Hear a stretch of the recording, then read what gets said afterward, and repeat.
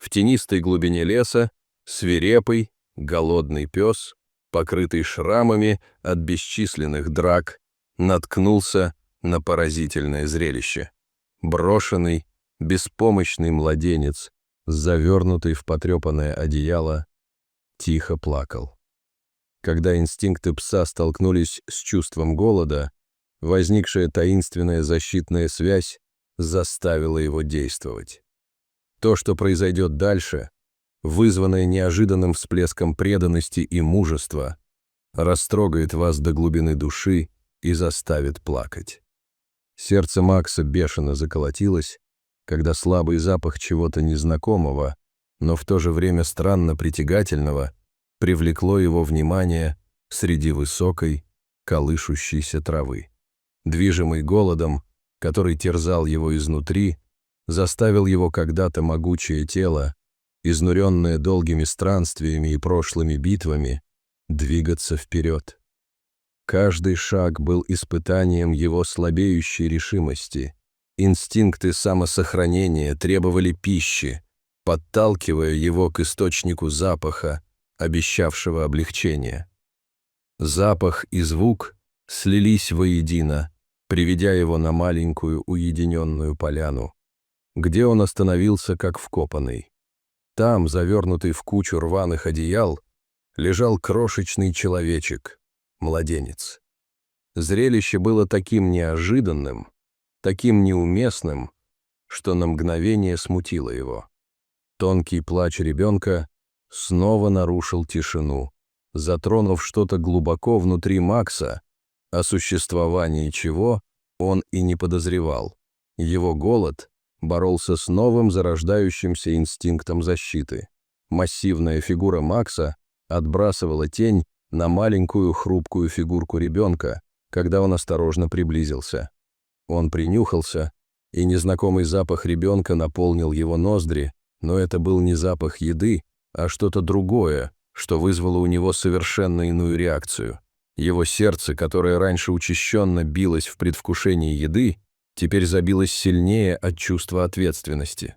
Малыш снова захныкал, его крошечные ручки бесцельно шарили по воздуху, и Макс издал тихий, неуверенный стон. В тот момент, когда он стоял над беспомощным ребенком, инстинкты самосохранения Макса яростно столкнулись с новообретенным желанием защищать. Его тело напряглось, разрываясь между желанием продолжить поиски пищи и непреодолимым желанием остаться. Что это было за чувство? Почему вид этого крошечного, беспомощного человечка так сильно взволновал его? Макс огляделся. Его чувства обострились. На поляне не было ни укрытия, ни защиты от стихии, ни от других хищников, которые могли забрести сюда.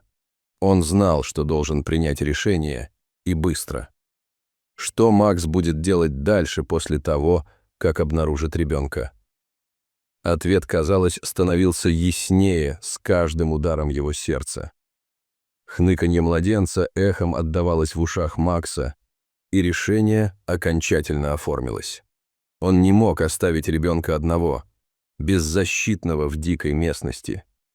Глубокий, почти родительский инстинкт защиты пересилил его голод. Медленно, нерешительно он опустил свое массивное тело на землю, обхватив крошечную фигурку. Его крупная фигура создавала барьер от прохладного ветерка и любых угроз, которые могли приблизиться. С наступлением сумерек температура упала, и воздух стал прохладнее. Макс почувствовал, как малыш дрожит, прижавшись к нему. Инстинктивно он прижал ребенка носом к себе, пытаясь согреться его телом. Плач ребенка стал тише, превратившись в тихое хныканье, от которого сердце Макса сжалось еще сильнее.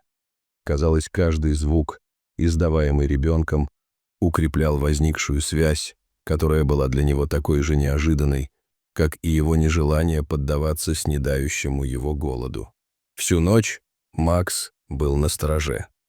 Его уши вздрагивали при каждом шорохе в кустах, при каждом хрусте ветки. Хотя желудок громко протестовал, он сосредоточился на крошечном человечке, чья жизнь, казалось, необъяснимым образом была связана с его собственной. Роль защитника казалась ему чуждой, но в то же время подходящей, как будто он наткнулся на цель, которая долго ускользала от него в его битвах и скитаниях. Мысли Макса обратились к его прошлому, к жестоким боям, которые ему пришлось пережить, к одиночеству, которое он испытывал в те дни, когда у него не было друзей. Он был вынужден сражаться, защищаться, выживать. Теперь, когда он лежал рядом с этим беспомощным младенцем, началась новая борьба. Борьба с его собственными первобытными инстинктами, борьба за что-то, находящееся за пределами его самого. По мере того, как луна поднималась все выше в небе, внимательный взгляд Макса не отрывался от малыша. Казалось, что каждый вздох ребенка облегчал боль в животе Макса, а каждое маленькое прижимание к груди вызывало у уставшего пса защитную реакцию. Он издавал тихое, успокаивающее рычание всякий раз, когда ребенок шевелился, и этот звук, казалось, устранял разрыв в их общении, успокаивая и ребенка, и его самого. «Все будет хорошо». Казалось, он успокаивал ребенка, хотя не произносил ни слова. Эта молчаливая клятва повисла в воздухе между ними, такая же ощутимая, как и тепло, которое они разделяли. Как он справится со своим голодом и своей новообретенной ролью защитника? Ответ крылся в узах, которые крепли с каждым часом, узах, выкованных в ночной тишине, под пристальным взглядом звезд. Шли часы, и холод пробирался все сильнее, заставляя малыша беспокойно ворочаться. Макс поудобнее устроился, плотнее обхватив крошечную фигурку своим большим телом, пытаясь защитить ее от пронизывающего воздуха. Его мех, густой и грубый, служил своеобразным одеялом от холода. При каждой дрожи малыша Макс защищал его, подталкивая носом в живот, чтобы тот был как можно ближе к теплу. В ночной тишине естественные звуки дикой природы звучали одновременно и колыбельной, и предупреждением. Ветер доносил отдаленный волчий вой, напоминая об опасностях, подстерегающих за пределами их импровизированного убежища. Макс навострял уши при каждом звуке. Его глаза всматривались в темный горизонт в поисках какого-либо движения. Обязанность охранять ребенка обострила его инстинкты до предела, а потребность в защите обострила все его чувства. Шорох в ближайших кустах привлек внимание Макса, и он напрягся, готовясь к защите. Маленький олень, возможно, скорее любопытный, чем разумный, выглянул на поляну, прежде чем умчаться прочь. Его присутствие было ложной тревогой, но явным напоминанием об их уязвимости. Макс слегка расслабился, его взгляд вернулся к спящему младенцу, невинной причине его вновь обретенной бдительности. Ночь прошла без происшествий, звезды померкли, когда солнце скрылось за горизонтом, и Макс поймал себя на том, что размышляет о предстоящем дне. Сможет ли Макс обеспечить безопасность ребенка этой ночью? Тихий рассвет встретил его мирной тишиной. Да, он мог бы и будет делать это до тех пор, пока звезды не вернутся, чтобы присматривать за ними. Когда первые лучи рассвета окрасили небо в золотые и розовые тона, Макс понял, что открытой поляны больше не будет достаточно для их безопасности. Когда малыш зашевелился от холода, прижавшись к его меху, Макс приподнял свое массивное тело, мышцы которого затекли после ночного бодрствования. Его решимость укрепилась из-за защитных инстинктов, которые не давали ему уснуть, и он отправился в путь, надежно завернув ребенка в старое одеяло и осторожно придерживая ткань челюстями. Лес вокруг них просыпался, воздух наполнялся щебетанием птиц и шорохами мелких животных, снующих в подлеске. Уши Макса подергивались при каждом звуке, глаза всматривались в густую листву в поисках каких-либо признаков опасности или потенциального убежища. Необходимость найти безопасное, замкнутое пространство для ребенка заставляла его срочно двигаться вперед. Пробираясь сквозь густеющий лес, Макс неустанно нюхал воздух в поисках воды и влажной земли в закрытом укрытии. Его шаги были размеренными и неторопливыми. Каждая лапа аккуратно ставилась, чтобы избежать резких звуков, которые могли бы привлечь нежелательное внимание. Лес казался бесконечным. Каждый поворот и углубление в ландшафте открывали новые трудности. Но решимость Макса не поколебалась. Казалось, прошли часы, прежде чем его обостренные чувства уловили слабое журчание бегущей воды, многообещающий знак.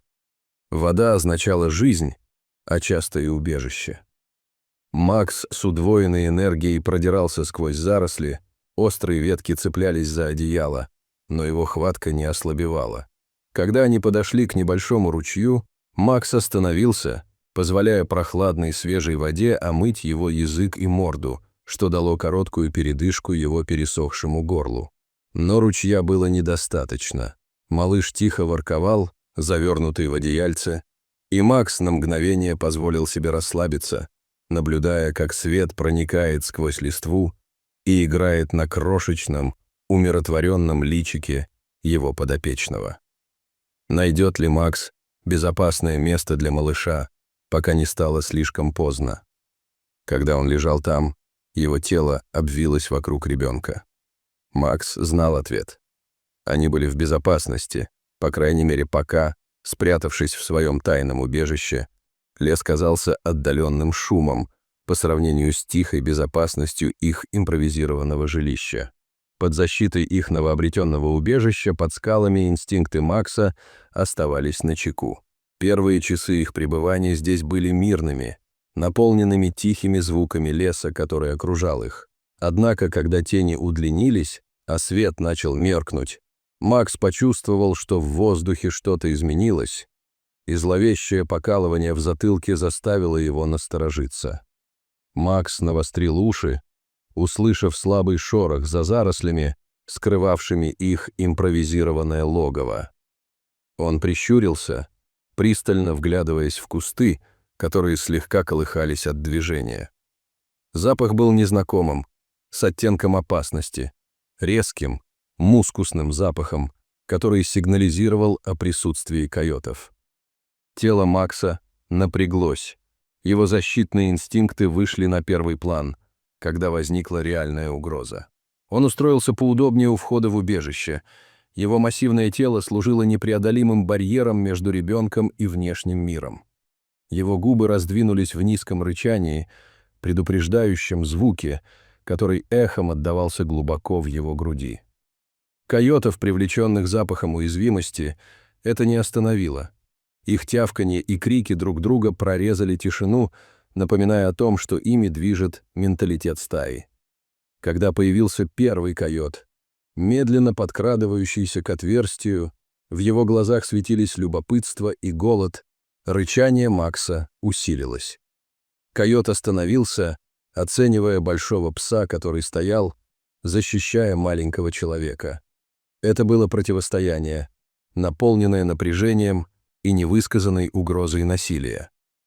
Сердце Макса бешено колотилось, каждый его мускул напрягся, готовый к прыжку. Без предупреждения другой койот выскочил из подлеска в сторону Макса, пытаясь зайти ему с фланга. Среагировав инстинктивно, Макс набросился на него.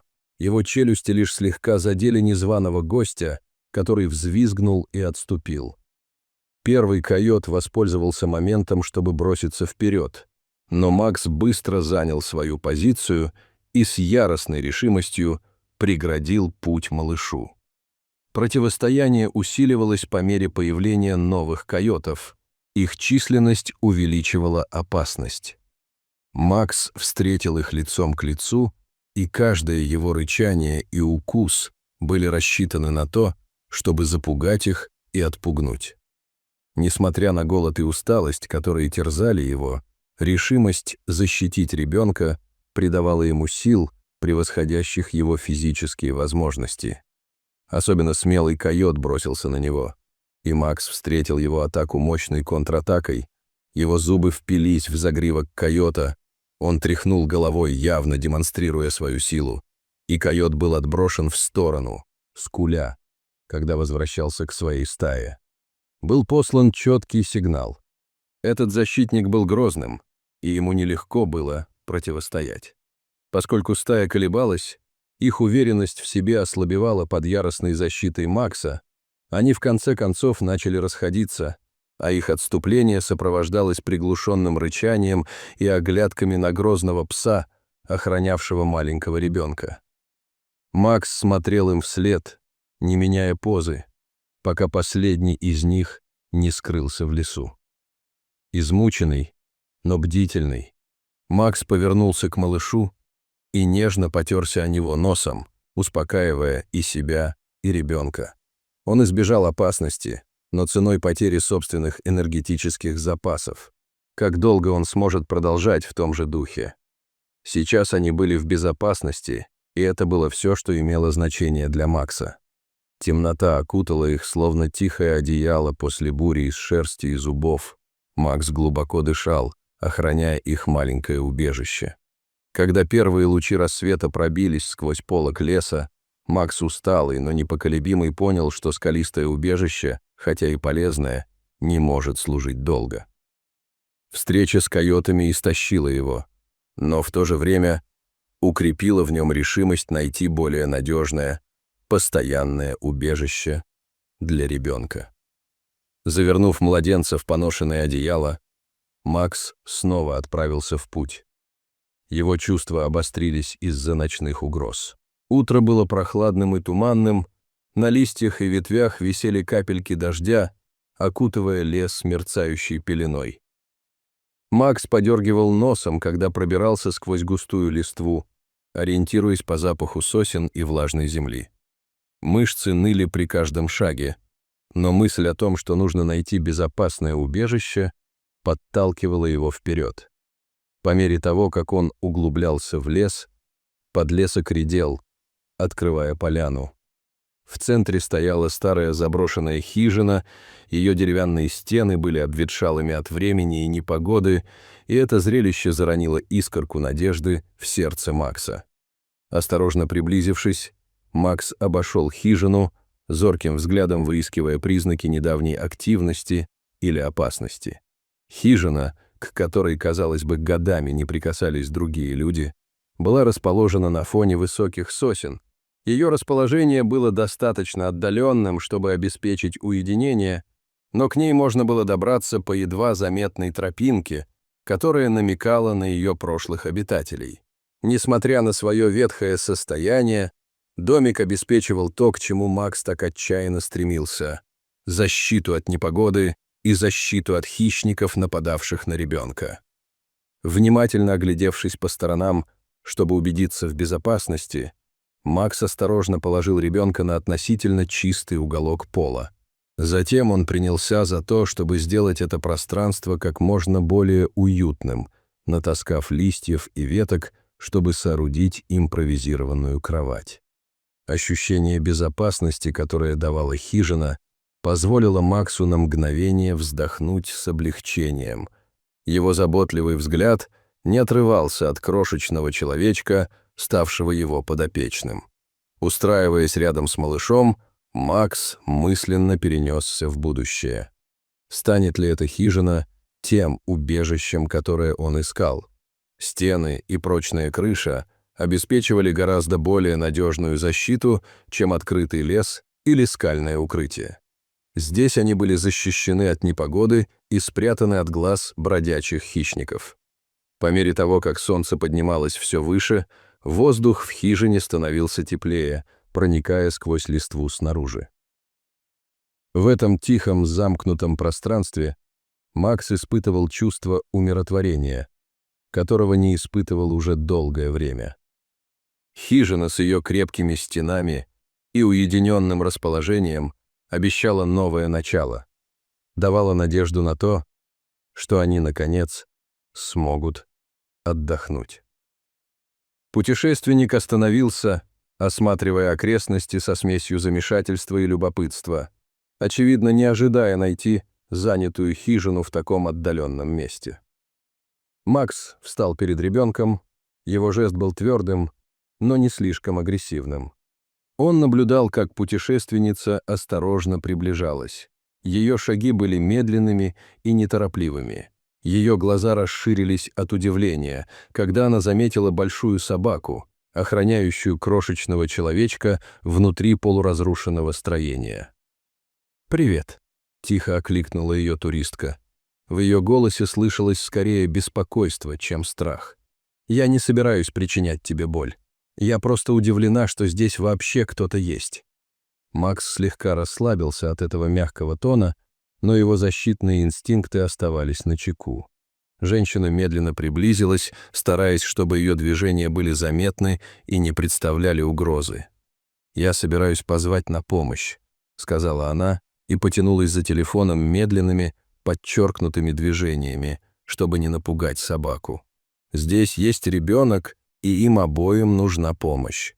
Пока туристка общалась со службами экстренной помощи, Макс внимательно слушал, оценивая искренность ее голоса. «Да, я нашел собаку и ребенка в старой хижине. С ними обоими все в порядке, но им нужна помощь», — объяснила она в трубку. Через несколько минут тишину леса прорезал вой сирен, становившийся все громче по мере приближения. Макс почувствовал прилив беспокойства. Шум и неизбежное появление незнакомцев стали новым испытанием для его защитной роли. Когда прибыли первые спасатели, они осторожно приблизились, понимая, что собака-защитник может быть настроена враждебно. «Мы здесь, чтобы помочь, хорошо?» Один из парамедиков, добродушный мужчина средних лет, сказал, опускаясь на колени на безопасном расстоянии. Его голос был спокойным и ободряющим. Когда они погрузили ребенка в машину скорой помощи, старший парамедик повернулся к Максу и успокаивающе протянул руку. «Ты герой, приятель. Благодаря тебе малыш в безопасности. Давайте отвезем вас обоих в теплое и безопасное место». Осознание того, что они больше не одиноки, что бремя защиты можно разделить, стало для Макса глубоким облегчением. Когда он последовал за парамедиками в машину скорой помощи, на сердце у него было тяжело от усталости, но в то же время его переполняла тихая надежда. Его беззаветная преданность спасла ребенка. И теперь, казалось, помощь наконец-то прибыла. Когда двери машины скорой помощи закрылись за ними, Макс остался лежать рядом с ребенком, согретый мягкими одеялами и заботой медицинской бригады. Поездка в больницу прошла гладко. Макс внимательно наблюдал за малышом, успокаиваемый нежными прикосновениями и добрыми словами парамедиков. В больнице их встретили с любопытством и восхищением. Новость о храбрости Макса дошла до их приезда, и персоналу не терпелось познакомиться с собакой, которая стала их защитником. В безопасных условиях больницы Макс и малыш получили необходимую медицинскую помощь. За малышкой, которую персонал больницы назвал Лили, ухаживали педиатры, а за Максом – ветеринары. Ему предоставили еду, удобное место для отдыха и, самое главное, заверили в том, что Лили находилась всего в нескольких комнатах от него. Их выздоровление было быстрым, благодаря их стойкости и всестороннему уходу, который они получали. По мере того, как они набирались сил, история их выживания и верности Макса завоевывала сердца местных жителей. Вскоре местный новостной канал показал их историю, которая касалась жизни молодой пары, которая рассматривала возможность усыновления. Супруги, тронутые историей о собаке-защитнице и ребенке, которого она спасла, почувствовали сильную связь с ними обоими. «Мы сразу поняли, что хотим с ними познакомиться», — поделилась Сара, когда они подошли к Максу и Лили в больнице. «Мы надеялись расширить нашу семью, и Макс и Лили, казалось, были созданы для того, чтобы быть с нами». Учитывая уникальные обстоятельства, процесс усыновления был ускорен. Через несколько недель Макс и Лили уже обустраивались в своем новом доме. Дом был наполнен теплом и смехом, по полу были разбросаны игрушки, а стены украшали фотографии их новой семьи. Макс, когда-то одинокий странник, теперь обрел вечный дом и смысл жизни. Каждый день он присматривал за Лили с той же преданностью, которую проявлял в дикой природе. Только теперь он бодрствовал в уютной мягкой постели, окруженный любовью и надежностью. Будущее, когда-то неопределенное, теперь несло в себе надежды и радость для Макса и его новой семьи, свидетельствуя о неожиданных путях, которые привели к счастью и единению. Когда солнце садится за тихий дом, где сейчас живут Макс и Лили, мы вспоминаем о невероятном путешествии, которое свело их вместе. Их история от отчаянной борьбы за выживание в дикой местности до тепла любящей семьи является ярким свидетельством того, что среди нас есть неожиданные герои. Непоколебимая преданность и храбрость Макса не только спасли жизнь, но и создали новую семью, связанную любовью и благодарностью.